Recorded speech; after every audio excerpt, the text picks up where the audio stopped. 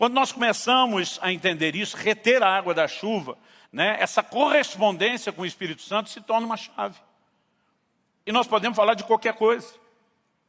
A gente pode estar falando a respeito de como eu e você vivemos a vida cristã no dia a dia. Paulo escreve aos Tessalonicenses, diz, não apagueis o Espírito. O que ele está querendo dizer? Que existe algum botão em algum lugar, que se o crente descobrir e for lá apertar, o Espírito Santo deixou de existir? Claro que não.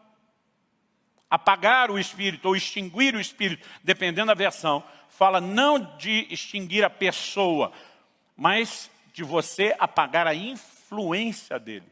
Porque ele não vem dominando, estabelecendo, impondo nada de forma unilateral.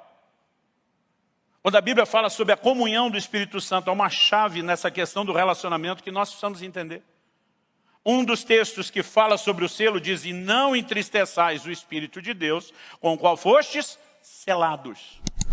Em outras palavras, ele está dizendo que essa ideia do selo e da garantia também tem a ver com a forma como você interage, com a dinâmica de relacionamento que você mantém com o Espírito Santo. Porque é possível apagá-lo, é possível entristecê-lo. Aliás, podemos imaginar esse entristecimento em níveis distintos. Uma coisa é entristecê-lo uma vez, uma coisa é entristecê-lo com uma frequência um pouquinho maior. Uma coisa é viver entristecendo ele. E outra é você extrapolar todos os limites. O livro de Isaías diz, eles contristaram o seu Espírito Santo, de modo que ele se lhes tornou inimigo. Quando eu olho para uma declaração dessa, obviamente não estamos falando de alguém que o entristeceu 1, 2, 3 ou 4 vezes, mas de pessoas que começaram a viver permanentemente nesse estado. Então deixaram de tê-lo como ajudador e ele se transformou em inimigo, em opositor. A forma como eu e você cultivamos relacionamento com o Espírito Santo é essencial, é vital. No Velho Testamento, aquilo que hoje nós chamamos de cristianismo, a fé que professamos em Cristo, essa beleza de viver a vida da redenção, era chamada de o caminho. Repetidas vezes, você vai ver no livro de Atos a expressão o caminho. Agora, isso foi profetizado por Isaías. Isaías, por exemplo, no capítulo 35, no versículo 8, a Bíblia diz, ali haverá uma estrada chamada de o caminho santo.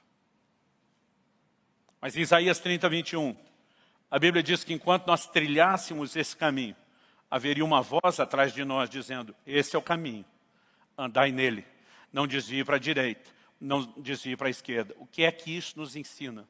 Que Deus não providenciou só um caminho. Ele providenciou um guia para que eu e você nunca venhamos a sair do caminho. Quem está entendendo, diga amém.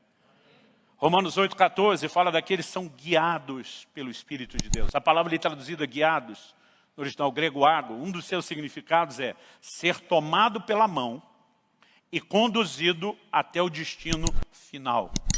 Quando eu completei 7 anos de idade e saí daquela fase do pré-primário para entrar no primeiro ano do ensino básico, a gente precisa atualizar os nomes, é isso? Me ajude, Leste. Eu estava apavorado. A escola onde eu ia era longe de casa. Tudo era novo, tudo era estranho. E naquele primeiro dia de aula, meu pai decidiu me levar. E ele literalmente me pegou pela mão em casa. Aos meus 7 anos de idade. Ele fez todo o caminho. Quando eu era criança, achava que eram 5 quilômetros. Depois de adulto, voltei lá. Dá mais ou menos 1 quilômetro. Mas era um quilômetro bem comprido. Para as pernas de uma criança. Meu pai fez aquele trecho comigo. Ele não apenas chegou na porta da escola e disse entra, ele entrou, ele achou qual era a classe onde eu estava matriculado, me botou na fila, me ensinou como eu deveria comportar na hora de cantar o hino. Um dia desse alguém falou, que hino? Eu falei, aí você vê como as coisas mudaram, né?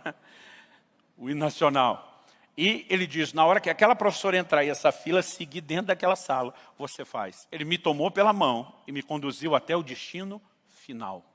Essa é a provisão que Deus nos deu no Espírito Santo. Alguém que desde o primeiro dia, não é alguém que botou um selo e diz, agora se vira, fui. Alguém que desde o primeiro dia diz, eu vou te tomar pela mão. Eu vou te orientar ao longo da caminhada para que você não se perca. Eu estarei com você até o destino final, até que isso seja completado. Agora, se nós entendemos que Ele é o guia, mas que deve haver da nossa parte uma interação, então se faz necessário, eu e você entendemos a dinâmica da interação, do relacionamento correto. Porque muitas vezes nós podemos simplesmente desprezar aquilo que Deus, por meio do Espírito Santo, está tentando fazer nas nossas vidas. E acabamos dessa forma, muitas vezes, comprometendo o que Deus tem